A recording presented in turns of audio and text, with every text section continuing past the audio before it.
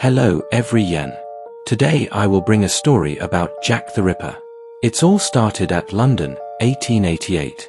In the heart of the East End, in the crowded streets of Whitechapel, a series of brutal murders would send shockwaves through Victorian society. The killer would become one of the most infamous figures in criminal history, a name that echoes through time, Jack the Ripper. This is the story of a mystery that remains unsolved over 130 years later. Whitechapel in 1888. In the late 19th century, London was the largest city in the world, a symbol of the British Empire's power and wealth. But hidden behind its grandeur was the East End, overcrowded, poverty-stricken, and crime-ridden. Whitechapel was one of the most desperate districts. Thousands lived crammed into filthy tenements. Unemployment was high, and alcoholism was rampant. For many women, prostitution became a means of survival. It was here, among these streets and alleys, that an unknown assailant began his reign of terror. Next, the Canonical Five.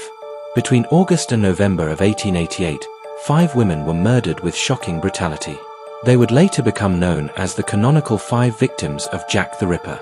Mary Ann Nichols, discovered on August 31st. Her throat was slashed, her body mutilated.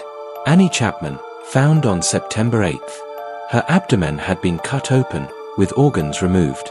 Elizabeth Stride and Catherine Eddowes were both murdered in the early hours of September 30th. Stride's throat was cut, but her body was otherwise undisturbed, leading some to believe the killer was interrupted.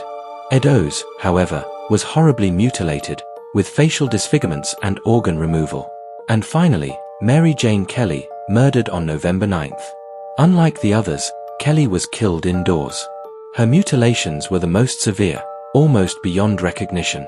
Want to know about next part? Subscribe for part 2 and more historical investigations.